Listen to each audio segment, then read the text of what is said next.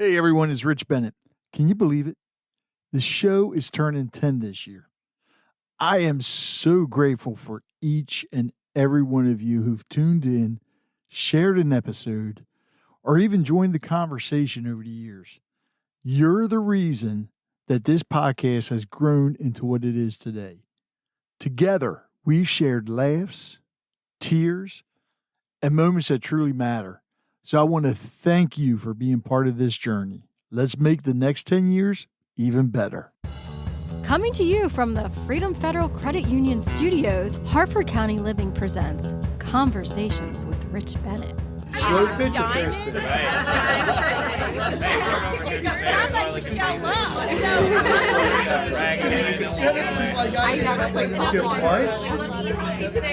It's probably the least sexy part of the work. No. The truth is, what if the key to transforming your life isn't a massive overhaul, but small, sustainable changes that actually stick? So today on Conversations with Rich Bennett, we're joined by Esther Avant, a coach, speaker, entrepreneur, podcaster, and mom who spent nearly 2 decades helping busy professionals and parents take control of their health, habits, and mindset. Esther's journey isn't about quick fixes or overnight success. It's about the real, often messy path of juggling business, parenthood, and personal growth with honesty and heart. She's here to share how embracing challenges rather than avoiding them can lead to resilience, fulfillment, and even joy in the chaos. So if you ever felt like life is pulling you in too many directions, or like you're constantly putting yourself last, this is your episode. So get ready for real talk, powerful insights, and a few laughs as we dive into how the small steps we take each day can lead to big transformations. How you doing, Esther? I'm doing great. Thank you. I don't know if I wrote that intro or you did, but it's very good. You can steal it. I'm fine with it. All right. So before we get into everything, I always like to find out about, my guests going to school. When you were going into high school, because we know that's when you're supposed to know what your career is. What was it that you wanted to do when you were in high school? And then what was it that you ended up doing? Yeah, that's a great question. I had 2 things in my yearbook. I wanted to be a Zamboni driver, which is a dream I have yet to fulfill, but I am confident that one day I will. And the other dream was to own a gym, which I also haven't done, but I have worked in the fitness industry for the last 20 years. It was right around that kind of influential time. I was about 16 when I discovered working out at the local YMCA and watched the movie Office Space, which I have, in hindsight, I've watched it more recently and realized I've kind of butchered this scene. But my story is that I saw the movie and there was a scene where they're talking to the neighbor about what you would do if you had $1 million and how that's what you should do with your life. And I was like, well, if I had $1 million, I would just want to get paid to or I just want to be in the gym all day. And that's what led to me going to college for exercise science and becoming a personal trainer. So it's rare, but I have pretty much been doing what I thought I would be doing. Exercise science. I've never heard that term. Yeah, so it's the same as kinesiology, just different schools call it. Yeah, that was easy for you to say. It's the same as what? Kinesiology. So it's just human movement and musculature things. And interestingly, exercise science can kind of go in one of 2 paths depending on the school. Right. I went to Boston University where it was very science heavy, and it was essentially a very similar to a pre-med track. Okay. And then there are other schools. I looked at one, Springfield College in Western Mass. It's more of like sports and recreation. So that's more of, you want to lead a summer camp, that sort of thing. And I didn't really know what I was getting myself into at the time. It was much harder than I thought it was going to be. And I actually spent so much time studying that I wasn't doing any working out, put on a lot of weight, and then had to spend some time getting that off. But wow. If I could do it again, I probably would. So here we are. All right. I do know. I don't think there is a weight limit for driving a Zamboni, though, is it? Zamboni? Zamboni. What? No R. Yeah. All right, I have to ask you this. Why?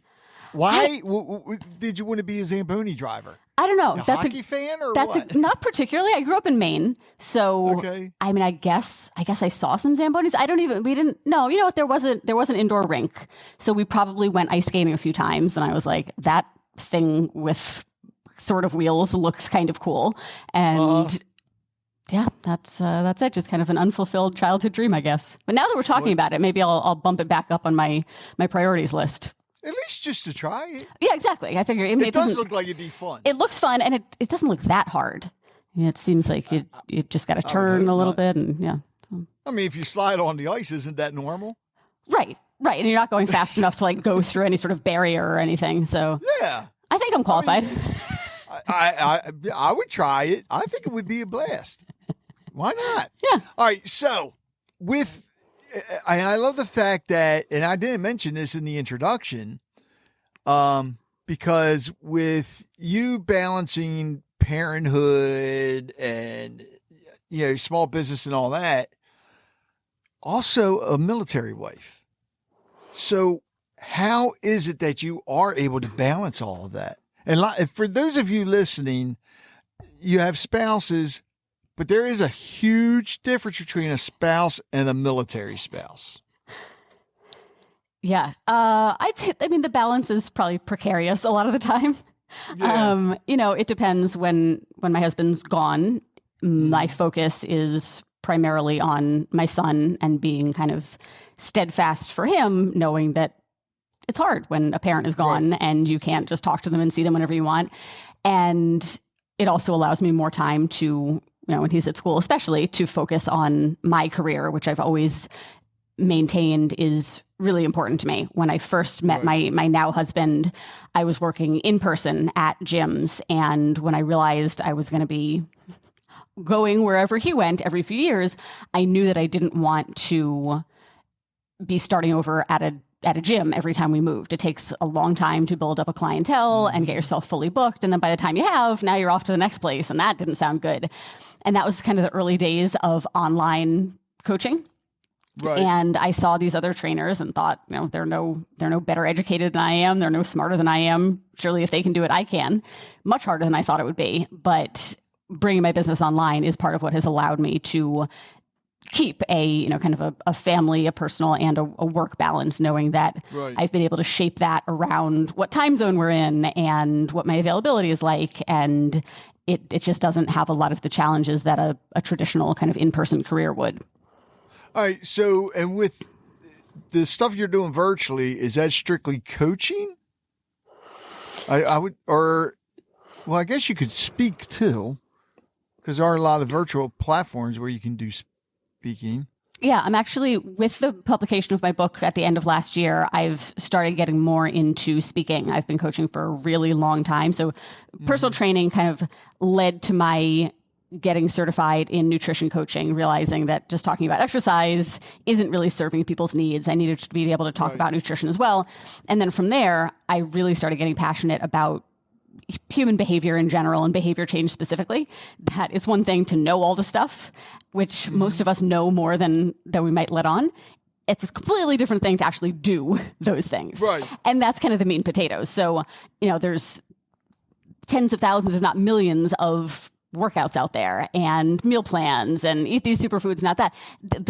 If anything, there's too much information and we don't know how to distill it down into what matters. So yes, my coaching does include the exercise and nutrition stuff, but largely it's working with people as individuals and saying, let's dive into your life specifically and figure out what's making this hard. I'm going to venture a guess that your family, your job, the demands on your time, that's what's making it hard. So how do we start making it easier for you? How do we really simplify it down to those small steps that you talked about in the very beginning so that you feel like you can make progress towards your personal goals without feeling like you're leaving your family or your career kind of out to dry at the same time? All right. So wait a minute. God, it sounds like you... nutritional coach, fitness, technically therapy is as well. All right, A lot of it is similar to therapy. I would never call myself a therapist, and I very much encourage clients to see therapists. But a lot of it, there is that therapeutic aspect of it where most of us don't have people in our lives who are there solely to listen to us and support us and help us. Even in friendships where you have that dynamic, it's a two-way street. Whereas with a coach, you just get to unload, and I'm not telling you about my life. I'm not unleashing my stuff on you. So it is very therapeutic to just be like, listen, I know you don't know my husband or my boss, but I really need to vent about them, and my kids are driving me crazy. And you just kind of get that stuff out, and you're like, all right, well, I feel better getting that off my chest. And now, because that's not monopolizing all of my brain space, now I actually can start to think about what I can do for myself. So, all right, you mentioned earlier that you had put on the weight, okay?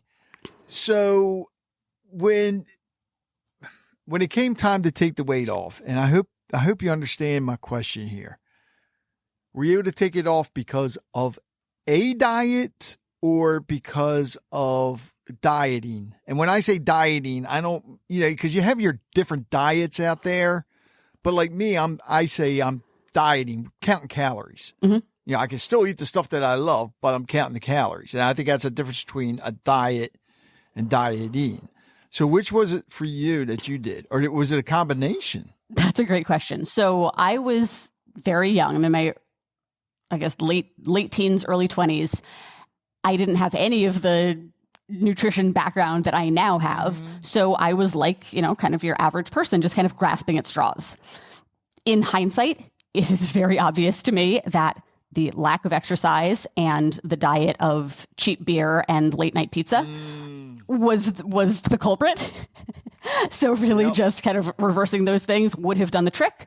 That's not where my mind was at the time. Right. I was very desperate to get the weight off, and I had been very thin going into college, put on about 35, almost 40 pounds, and just a lot of weight. And I'm not a big person, so on a small frame that looks like even more. So my first attempt, remember this so distinctly, it was a long weekend, so I was driving from Boston, where I went to college, back home to Maine. And also I was doing a 3-day master cleanse, which if you recall those days, it was a combination of lemon water with cayenne pepper and some maple syrup. It actually was like kind of tasty. Huh? Yeah. As a drink, wasn't terrible, but you were fasting. That was all you were having for 3 days. Pretty tasty. Yeah. But also it'd be nice, to have some food in addition. Right. So not only was I drinking, I don't remember exactly what the, kind of the protocol was, but I drank a lot of this liquid, and I had to stop at truly like every rest stop between Boston and my house because I was just constantly needing to pee. So that was the first thing. So kind of, got over that after a few days. And then I tried a raw diet. Again, because at its core, it's just a very restrictive thing where if you're not eating anything that is not in its, natural form, I yanked it out of the ground myself, then you're eating a lot less. That was also miserable, didn't last. So eventually, kind of doing what most people do and kind of starting off with the extremes, I found my way to something in the middle, which was, how do I not be miserable while I'm doing this? So what if it helped being home for that summer because I was back at the gym that I had been going to. I got back into a routine of going there regularly and moving more. So that helped. I didn't have access to an unlimited dining hall. I wasn't, going to parties while living with my parents. I wasn't ordering late night pizza. So a lot of the habits that I had slipped into just sort of remedied themselves. Now I had, a parent who was cooking a couple meals a day, but it wasn't like this free for all like it was at school. So I naturally kind of slipped back into those healthier habits after I realized the extremes weren't going to work. And then once I had that experience, kind of then took that with me forward and knew, all right, going forward, let's not let it get so out of hand. And then that way you can rein yourself in a little bit more easily. Something just hit me, and I've never asked this question, but when you were just talking about all that, it got me thinking because you and I both know when it comes to fitness and the dieting, it helps with your mental health a lot. However, especially doing what you do, have you ran across people to where they're trying all these different diets, all these different fitness routines, And it seems like it's creating more stress, anxiety, or depression for them. Yeah, I would say probably the majority of women that I've worked with would fall into that category. And I see it even in women that I don't work with. I just see it on social media and Facebook groups, like the desperation of, I feel like I'm doing everything and nothing is working. I feel like I've tried all of the things, and it's almost like with each attempt, you're further eroding your belief in yourself and your belief that anything can work. And a lot of women do kind of work themselves in, and men, I'm sure, work themselves into a place where they're beating themselves up for not being able to kind of gear themselves up to do it again.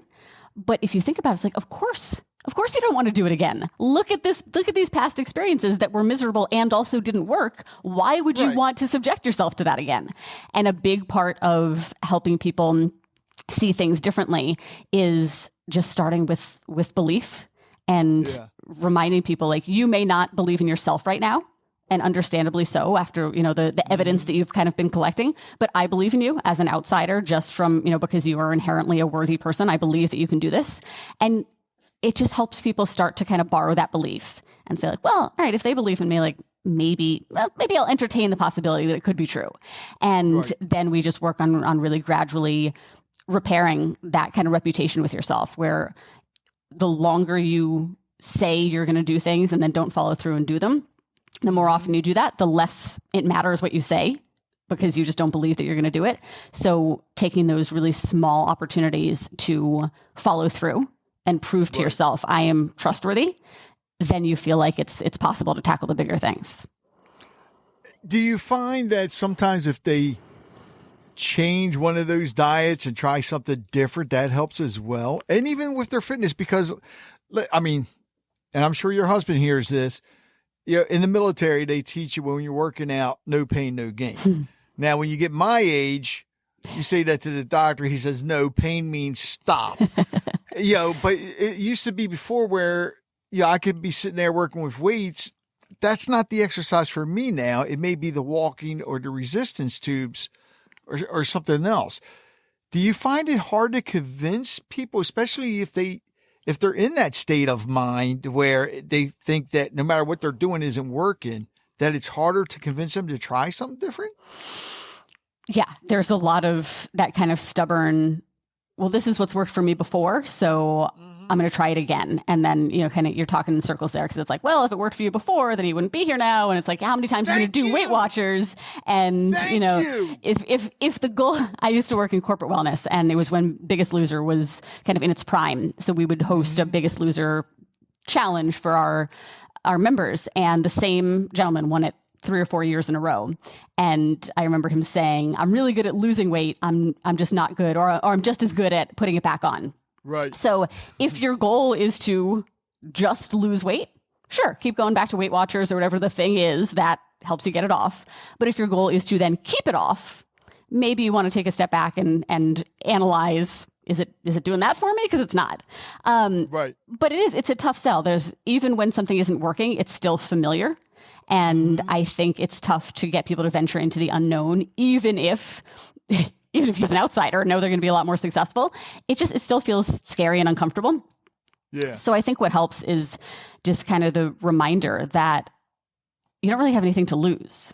Worst case, you're right back where you started, which is the experience you've been having. So you're no worse off. And best case, this actually works and it feels livable, and you feel happy and you feel in control and you feel like this can be your new way of life. And that usually helps kind of convince people to try things differently. But to your point, you were touching on what I call the big rocks, where there are just kind of some overarching principles that apply to damn near everybody. We should be doing some form of strength resistance training, whether that's body weight, resistance bands, it's something in the water, barbells, dumbbells, kettlebells, whatever. We should be doing some form of just general daily movement, whether it's walking or, that sort of thing. We should be prioritizing our fiber and our protein intakes. All of those are sort of the overarching principles. And then what matters is helping an individual figure out what that looks like for them in this chapter of their life. So you're absolutely right. When you're a 20-something military recruit, you're probably very good at running. You're probably very good at push-ups and pull-ups and sit-ups and pushing through any sort of pain you experience. And then when you're, 40, 50, 60, whatever, it's a lot more, how do I train to keep myself independent? How do I make it so I'm not exacerbating this kind of borderline minor injury, and that I make it worse and it becomes this recurring thing? How do I make sure that what I'm doing now is allowing me to live the active lifestyle that I want, and I'm not injuring myself in the process and putting myself out of commission? So acknowledging that while the principles don't change, what they look like in your life is going to evolve, and being willing to evolve with them. And I'm glad you said the part about, if you try a diet and then you come back and you're doing it again, because then, you need to try something different. How important is it this is a two-part question, but I'll ask the first part first. How important is it before somebody starts a fitness routine or dieting to consult their physician first? Because I do feel that a lot of people don't, and it ends up being worse. Yeah, I would say, that's just a good practice to be in when you're doing anything with your health. Yeah, talk to your doctor. I would also say a lot of people don't have, personal relationships with their doctors. They would go in and they're going to look at the chart and say, "Are you so-and-so?" And they're going to mispronounce your name. And you're going to say, I'm trying to lose some weight. And they're going to say, "Great, watch your portions and get some exercise," right? It's going to be this very kind of generic advice, most likely. And medical doctors don't get a lot of nutrition training or exercise training. Right. So they're probably, at best, they might hand you a pamphlet or something. But it can't hurt to just, as a personal trainer, one of the first things you do is have people fill out a physical activity readiness questionnaire. And it just kind of goes through, generally, have you had any, shortness of breath, lightheadedness, any cardiac issues, just to make sure that you're not going to put yourself in a dangerous position by doing something that your body isn't used to. And hopefully most people ease in, but there are certainly people that are like, no, I'm jumping in with both feet and I'm going to do this really intense thing. And they do, put themselves in dangerous positions because they don't have any sort of, professional oversight. Which brings me to the second part of that question. Explain to everybody how important it is to have a fitness coach, nutritionist coach, mentor, or just say Esther all wrapped up into one. Yeah, I would never say that you can't do it on your own. But what I've learned, personally and professionally, is that you can get to where you want to be a lot faster and with a lot fewer, mistakes and kind of heartache if you do it with guidance. And I think a lot of us are hesitant to ask for help. It feels like a sign of weakness. We feel like we should be able to do it on our own. But a lot of times we're just slowing down the process and we're just kind of making very predictable mistakes that somebody else could help you avoid and help you get from A to B in a more streamlined fashion and, in a healthy way. From an exercise standpoint, it's really helpful to work with somebody, ideally in person, just for a few sessions, to understand the basic movement patterns, to understand what certain exercises feel like in your body. Because a lot of us have a pretty big disconnect between what we think our bodies are doing and what they actually are doing. So just basic things like a squat, a lunge, a push-up, a lot of us don't default to a healthy way of doing those things or a safe way of doing those things. And then it causes pain. And then we're not sure, is that pain because my muscles are working? Is that pain because I'm doing something wrong? Should I stop? Should I keep going? And just having somebody kind of take you through an assessment can help a ton. Same thing with exercise. There's like I was saying, there's no lack of information out there. It's just hard to know who to trust and, what's appropriate for you.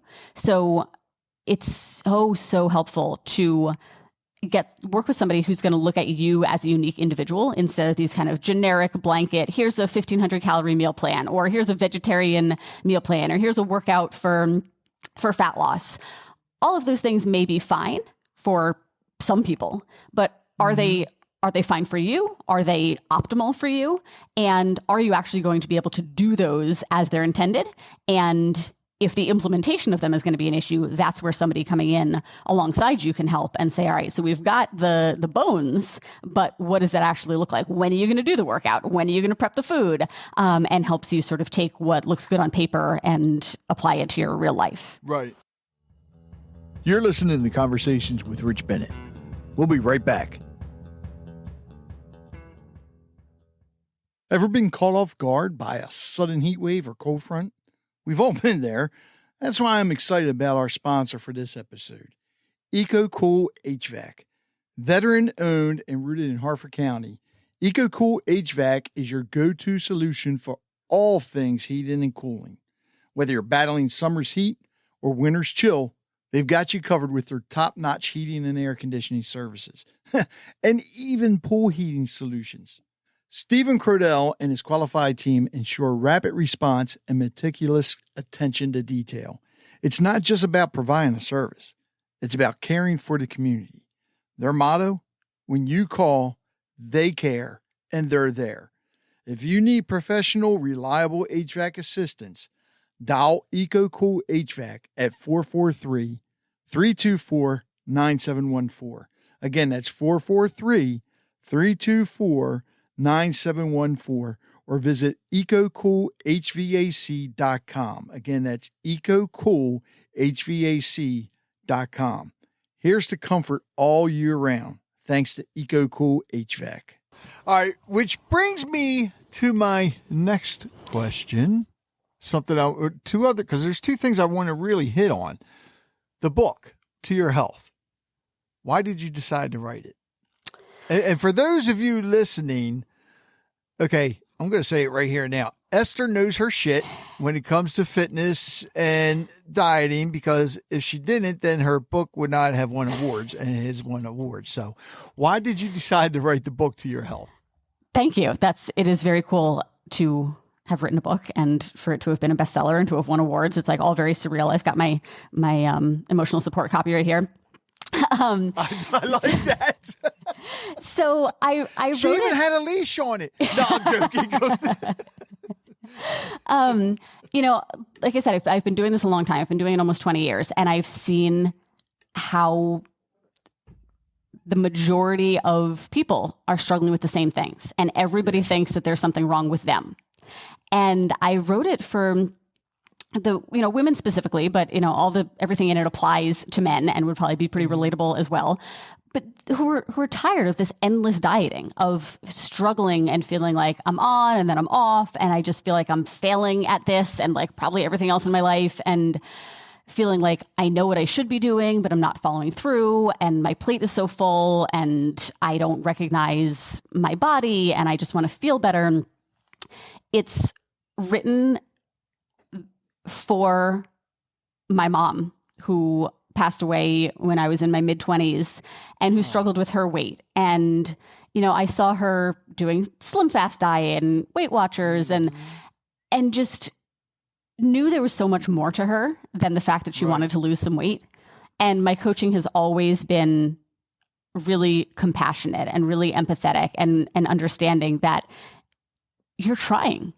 Of course you're trying. You want to do this. It's just hard, and you could use a little bit of help. So it's really focused on sustainability, compassion, rather than being something restrictive, having these lists of these are the foods you can eat and these are the ones you can't. And here's this elaborate salad dressing recipe that has all these obscure ingredients and here's green juice recipes.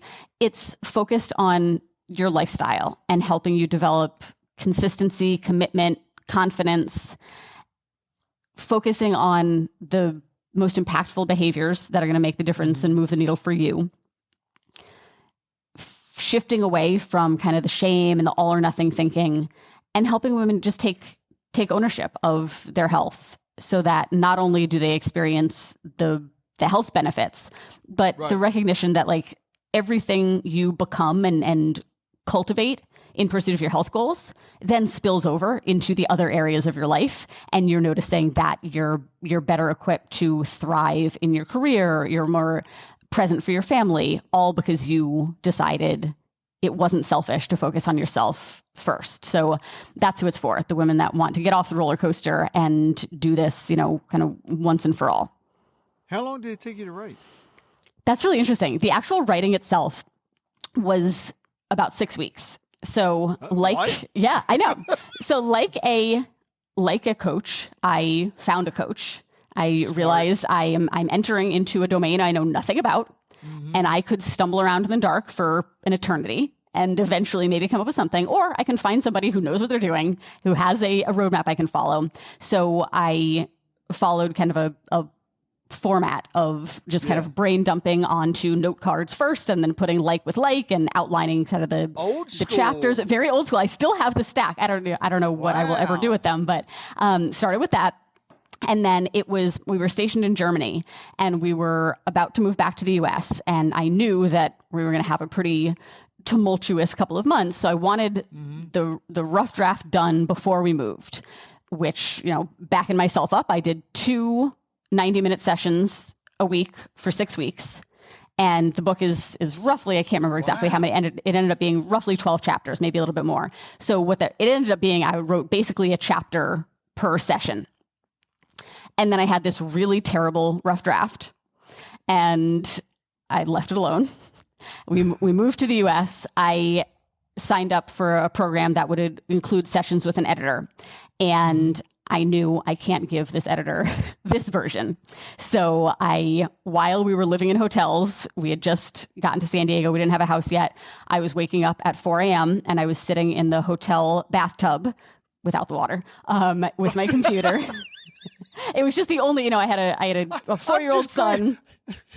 Yes, I was. I'm just glad there was no water in there, especially since you had the computer. I know. With you Yes, I should state that differently. Yeah. So I needed some quiet. My husband was having to work all day. I had a 4-year-old son at the time. The only real time I had to myself to do it was super early in the morning, and I didn't want to be traipsing around the lobby, so I just locked myself in the bathroom. So I did kind of the first round of edits there. And then throughout that summer, I met with my editor once a week, and we would go through a chapter at a time.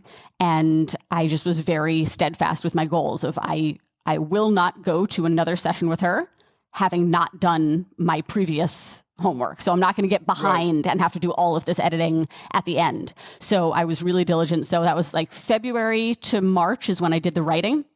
And then I submitted, kind of the almost done version to beta readers in early September, and then had the final version, I want to say October. So, the actual writing about 6 weeks, and then start to finish about 6 months. And then the publishing is what took forever. That took over a year.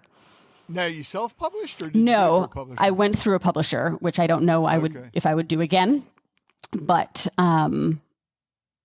that was part of what took so long. It was out of my hands. Publisher, I know the answer to my next question already then, but I'll ask anyway. Any plans on doing an audiobook version of it? Well, probably not. Okay. I know most publishers want the book to be out at least a year first. Yeah, and it's also very expensive to record an audiobook. I looked into it. Something else that publishers always tell you, but who would be best to record it?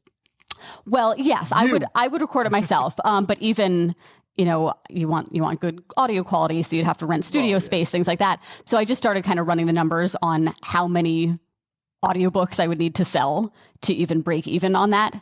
And it just doesn't really make sense. Maybe at some point in the future, never say never. But it's not in the cards for right now. Well, the good thing is you technically have an audiobook version of it in the podcast. That's very true. And I don't know if the publisher has done this. If not, maybe you could convince them to do it. Have they put a link to your podcast at the end of the book, or better yet, even a QR code in the book for people to scan that'll take them right to your podcast? Yeah, that's a great question. Continue the conversation. So actually, now that you mention it, I should add the podcast to this, but there's a QR code, on page 1, to a portal of additional resources. So I wrote the book to be sort of like an implement as you go. So there's a lot of kind of journaling exercises, actually stuff to help you implement what you're reading. And all of those are printable, downloadable in the book portal. There's a month of workouts in there. So all these just kind of bonus resources. But that would be a great idea. I could just add a link to the podcast to the portal. So I will do that. Is there recipes in there as well? A link for recipes? There probably is. I'll have to check. Okay. If not, I will add it. That's something that I want. I was actually just thinking about it recently, that my intention had been for it to be kind of this ever-growing resource hub, and right. I hadn't really done much with it since the book came out, but adding a recipe book or two and the podcast is an excellent idea. So if you get a copy, expect new resources in there. And since you're going through a publishing company, is the publishing company handling the marketing for you, or do you still have to do that yourself? That's a great question. There is a disconnect between what I was expecting and what I have gotten. So that has been the biggest challenge. Is I would have thought the hardest part about writing a book is writing the book. Not so. The hardest part about writing a book is selling the book. And that's kind of been the focus recently is, well, now that it's out and I and the people who have read it think it's really good, more people need to know about it. So doing kind of the uncomfortable thing. I think most people, I remember this in personal training. I think it applies to authors as well. Most people who do a thing don't want to talk about doing the thing. They just want to do the thing. Right. Personal trainers just want to train clients. Writers just want to write books. Speakers just want to, be on the stages. Most people don't want to be selling themselves. And that, as it turns out, is a big part of a lot of jobs is, if you want to train clients, well, they need to know that you're the trainer for them, which means they need to know that you exist and what you do and why you're a good fit for them, and putting yourself out there is a big part of it. So that's what I'm learning about the book now is, things like the book awards that add, credibility and going on podcasts and doing local events and talking about it, because there are millions of books available. And unless you're some big name with one of the big publishing houses putting a big budget behind you, you release it and it's kind of crickets and you're like, oh, shoot, now what? It's hard being an authorpreneur. A lot of people don't realize that. But there are people that have written books, almost like albums. You look at an album, in case, Esther, you're younger than me, so it's a vinyl thing. But now it's all on Spotify or whatever. But a lot of times, those albums don't sell until an artist passed. Or I'm not saying your books. We don't want that. Let me rephrase this. Okay, 10 years from now, when you. Let me rephrase this again. Within the next 5 years, when you open your gym, your book's going to take off and start selling more. And I think that's where a lot of authors mess up, because they write more books and they forget to push the first one, and all the other ones that came afterwards. You need to keep pushing them no matter what. Every book is different. And you're going on different podcasts, which helps. And I'm sure on your podcast, are you pushing the book or using it, for people to buy, so they can say, you can say, to get your copy, just go here and purchase your copy of To Your Health. Yeah, I have an ad in the middle, I believe, an ad of me. I probably don't talk about it as much as I should, like mid episodes, but that's probably something I should do more, is it's reminding people. I tend to assume that everybody who listens already knows all the things about me, but that's not true. All right, so let me get this straight. There's an ad that now the ad that's on your podcast episodes, is it pre-recorded so you could just drop it in on every episode? Uh-huh. It is. Okay, so Esther, I hope other podcasters have offered this. If not, go back and ask them. If you want to send me that MP3 file and a link, I would be more than happy to drop that on episodes of my podcast. Oh my gosh, thank you. I don't know who you host with. I host with Buzzsprout. Buzzsprout allows me to put in dynamic content to where I can drop, and it makes more sense since you've already been on the podcast. And actually even record a different one. Say, yeah, this is Esther Avant. You heard me on Rich's podcast. Here's my book. If you want to get, and so I would be more than happy to put that out there. That's Because awesome. I Thank think you. It's important. Oh, you're welcome. And go back and hit these other podcasters. Say, hey, Rich Bennett said he's going to do this. He's challenging you to go out and do it. All right. So with your podcast, and correct me if I'm wrong, you started it during COVID, right? Yep. Why? Well, it was that paired with living in Germany and just feeling pretty disconnected from the world, as a lot of people were. But in addition to being, basically quarantined, I was also in a foreign country where I didn't speak the language. So even when I had the opportunity to go to the grocery store or something, I still wasn't connecting with people. And, just kind of had a lot on my mind, I guess. And I've always liked longer form content over the social media type stuff where everything is so aesthetic and, if the picture doesn't pop, then nobody's going to read the caption. And if the caption's too long, nobody's going to listen. And I started looking at, podcasting as a way to be able to have more nuanced conversations. Because I think what's frustrating about health and social media specifically is that everything becomes so polarizing and so black and white and so extreme. And I've always been kind of pretty middle of the road of like, well, it depends. And I can see in some instances this might be right. And that doesn't make for good social media content, but it's a really important conversation to be having about these topics. So I thought, from a marketing standpoint, it would be a really good way for prospective clients to get to know more about me, what I coach like, what kind of my vibe is, so that they would feel comfortable working with me. And that's exactly what happened is people would book consult calls and say, I feel like I know you, I've listened to so many episodes and, now talking to you, you're just the same. I think that's really important to just be able to have like kind of that authentic outlet. And it's kind of evolved over the years. It started off, it was called Live Diet Free, and it was really kind of weight loss specific. And then as I wrote the book and just wanted to start talking more about personal development and self-improvement in general, because there's so much overlap. Just what you do for your health also benefits in the other areas. So that's when the book came out, I changed the name to Your Health so that it's all the same. And now it's a little bit broader in terms of who are guests and what are topics that I think will benefit people and help them live healthier, happier, more successful, more confident, fulfilling lives in general. So now it's on Mondays, I do a guest interview. And then on Thursday, I do what I call a bite-size episode. It's just like 5 or 10 minutes of something that's kind of on my mind, a quick snippet. Because it's hard to tell, what length kind of hits with people. I know I like a long podcast because I listen on speed and a half, and I want to be doing another thing while I'm listening. So I want to put it on and not have to touch it for, 45 minutes. But I know other people are like, listen, I got 10 minutes in the car while I'm dropping the kids off. And if it's longer than that, I'm never going to go back to it. So trying to hit kind of all the lengths for different people. The funny thing with that is, and I've mentioned this before, because with podcast, and you'll see the question on all these groups, well, how long should it be? Is this too long? Is it too short? Podcasts have something that radio does not. It's a pause button. And if people are very interested, and you think about it, when you're watching movies, how many times do you pause the movie and go back to it? If your content is interesting, people will push the pause button and come back to it. Plain and simple. Yeah, that's true. I notice that I do.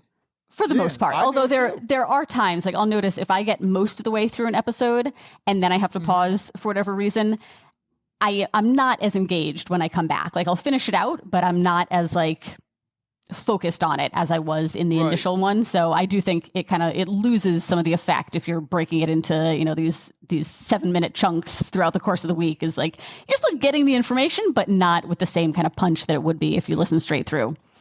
It is fun doing the solo ones sometimes too. I mean, I just started doing them recently, and it could be fun, but I like doing this more, talking to somebody else, because it does go on longer, but I learn so much. And that is really fun. And that's why I'm doing this in the first place. So what's been the biggest challenge with the podcast? That's a great question. I guess probably growing it. It's something that I enjoy doing when I think about all of the kind of things that I do that are work related each week, the podcast is one of the things that I enjoy the most. So it's not, doing the recordings. I have an editor who does the tech stuff, so I don't even need to think about that. I've had some really great guests. The main thing is just getting more listeners. And we were talking earlier about kind of knowing who's listening and how hard it is to really get any sort of information. It's the same thing with figuring out where people are finding you and who, who's listening to all the episodes, who drops in for one every couple of months. Is you don't really know which of your efforts are making the biggest difference. Are these, these short video clips that I post on Instagram, are they bringing people in? Is it the emails that I'm sending? Is it that my guest is promoting it and they're bringing in people? You sort of feel like you're just kind of throwing spaghetti at the wall and like hoping that that some of it's going to stick. If it gets one listener, then it's weird because we all do the social media, which I think you still have to. And you don't know if you're getting listeners from it or not. Now, I know for me, it helps when I advertise on other podcasts because, well, that's where podcast listeners are. It varies. I think being consistent and having good content is the main thing, which helps out a lot. All right. So I'm looking at the time, but there is something I did want to ask you about. Made by Me coaching. You're still doing that? I am. Is it you and Meg, right? Yes. My partner, Meg. Yep. Okay. So is it you two that's going to end up getting the gym too? Or just you? You never know. She's in Tampa. We're in San Diego. So, it wouldn't be immediately, but, she and her husband are good friends of ours and are also very fitness minded and would make good business partners. So who knows? We actually met, we were all stationed in Hawaii. We met through a gym and then we both moved to the Maryland, DC area. They were in Annapolis. We were in DC. And when we moved to Germany, was when the beginning of COVID, my business really started taking off. We were moving, whatever it was, 7 time zones away. And I was just like, I need some help. I don't really know with what or what it looks like or any of it, but would you help me? So Meg came on as my head coach and she's an amazing coach. She really helped grow the business throughout COVID. When I moved back to the States and started writing the book and working on the book, we just sort of realized how much we like working together and how well our skill sets complement each other. So we essentially just kind of morphed my previous coaching business, EA coaching, into Made by Me, where you're getting both of our brains for the price of one, and we get to coach together. You can't beat that. It's an awesome deal. So we have fun with it. It feels like, we get to just be friends doing what we enjoy and we're helping people. So it was a really kind of natural evolution. All right. So before I get to my last 2 questions, something very important. Tell everybody how they can get in touch with you, your website, besides the fact that it's going to be in the show notes, but tell them your website. Yeah. And where they can find we know where they can find the podcast anywhere, but the name of the podcast. Yes. The podcast and book are both called To Your Health. The book is available wherever you buy books. Amazon's probably the easiest. Podcast is available everywhere. My website is estheravant.com, just my full name. It has links to the book, the podcast, my speaking, our coaching, all the things that you could want there. All right. So if a listener feels like they're stuck and unsure where to start, what's one simple action they can take today? I love that question. One of the biggest things, the thing that I think makes or breaks a lot of people's success is a lack of planning.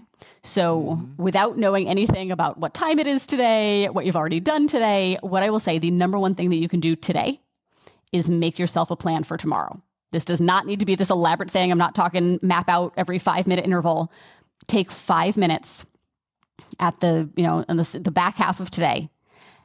Look at your calendar for tomorrow. What are the demands on your time? I have 3.5 hours of calls in a row today. I knew going into it, my first opportunity to eat isn't going to be until about noon. So I have my lunch ready to go because I know if I didn't, I would be in the pantry ravaging for whatever because I'm starving. So I have set myself up for success because I looked at my calendar and knew what to expect. So that's the number one thing. If you're going to be gone a lot of the day, are you bringing food with you, or what is your plan for that? Are you going to bring some snacks? Spoiler alert, you should. If you were telling yourself you're going to work out, when is that going to happen? What are you going to do? Just that simple act of planning out those important things tomorrow in advance will be a game changer for you. And anybody can do it no matter what it is that you're trying to change or improve. Mm-hmm. Everybody's got a calendar on them somewhere, either on their computer, their phone, wall, desk, whatever. Put it on your calendar, people. It's not that hard. All right. So before I get to my last question, is there anything you would like to add? No, this has been awesome. I've loved this conversation. You asked great questions. It's been so natural. I love when it just feels like, two people talking and you get to listen in. Well, the door's always open because I love to talk about health, especially now that I'm getting healthy again. I mean, God, I was up to 300 pounds. Now I'm down to 232. Oh, my gosh. Wow. I feel great. I love it. Congratulations. I mean, I still can't grow the hair on my head. I'm going to be a skinny Santa this year, but that's okay. So, all right, what's something about your journey that people might be surprised to learn? Oh, that's a great question. This feels hard to even imagine, but I guess it's probably conceivable that people see me and think that all of this, being fit, being a business owner, writing a book, speaking, that all of that has come naturally to me. Mm-hmm. And it hasn't. At literally every step of the way, I have felt like I didn't know what I was doing or I didn't have any business doing it. And what I've learned is that the majority of accomplished people feel that way. They just do it anyway. So yeah. I think, don't look at other people to compare yourself to what they are or have that you don't, but just to show yourself what's possible for you too. Because the only difference is that other people have decided to pursue the hard things and be uncomfortable as they learn how and as they grow into those people. So I guess that would be it, that I haven't felt confident about any of the things that I've done. I've just done them anyway, and I've become confident in the process. It's very good. Very good. Yeah. I mean, and you're right. A lot of people don't, but just keep doing it. Keep pushing. And I think within the next 5 years, you're definitely going to have your gym. I just sense it. I feel it. I don't know why. I do. I'll take that. Thank you. Esther, I want to thank you so much. Those of you listening, again, don't forget to purchase her book. When you do, leave a full review and then purchase copies for other people that you know. All of you that own businesses, you should purchase copies for your employees as well, because healthy employees means they're going to get work done, a lot more work, and they're going to feel good about it. Esther, thanks so much. Thank you so much for having me. Thank you for listening to the Conversations with Rich Bennett. I hope you enjoyed today's episode and learned something from it as I did. If you'd like to hear more conversations like this, be sure to subscribe to the podcast so you never miss an episode. And if you have a moment, I'd love it if you could leave a review. It helps us reach more listeners and share more incredible stories. Don't forget to connect with us on social media or visit our website at conversationswithrichbennett.com for updates, giveaways, and more. Until next time, take care, be kind, and keep the conversations going. It takes a lot to put a podcast together. And my sponsors help out a lot, but I also have some supporters that actually help me when it comes to the editing software, the hosting, and so forth. There's a lot that goes into putting this together. So I want to thank them. And if you can, please visit their websites, visit their businesses, support them however you can. So please visit the following: Real Life Prosthetics, cutting edge solutions, restoring ability since 2001. Go to reallifeprosthetics.com. Full Circle Boards. Nobody does charcuterie like Full Circle Boards. Visit them at fullcircleboards.com. Sincerely Sawyer Photography. Live in the moment. They'll capture it. Visit them at sincerelysawyer.com.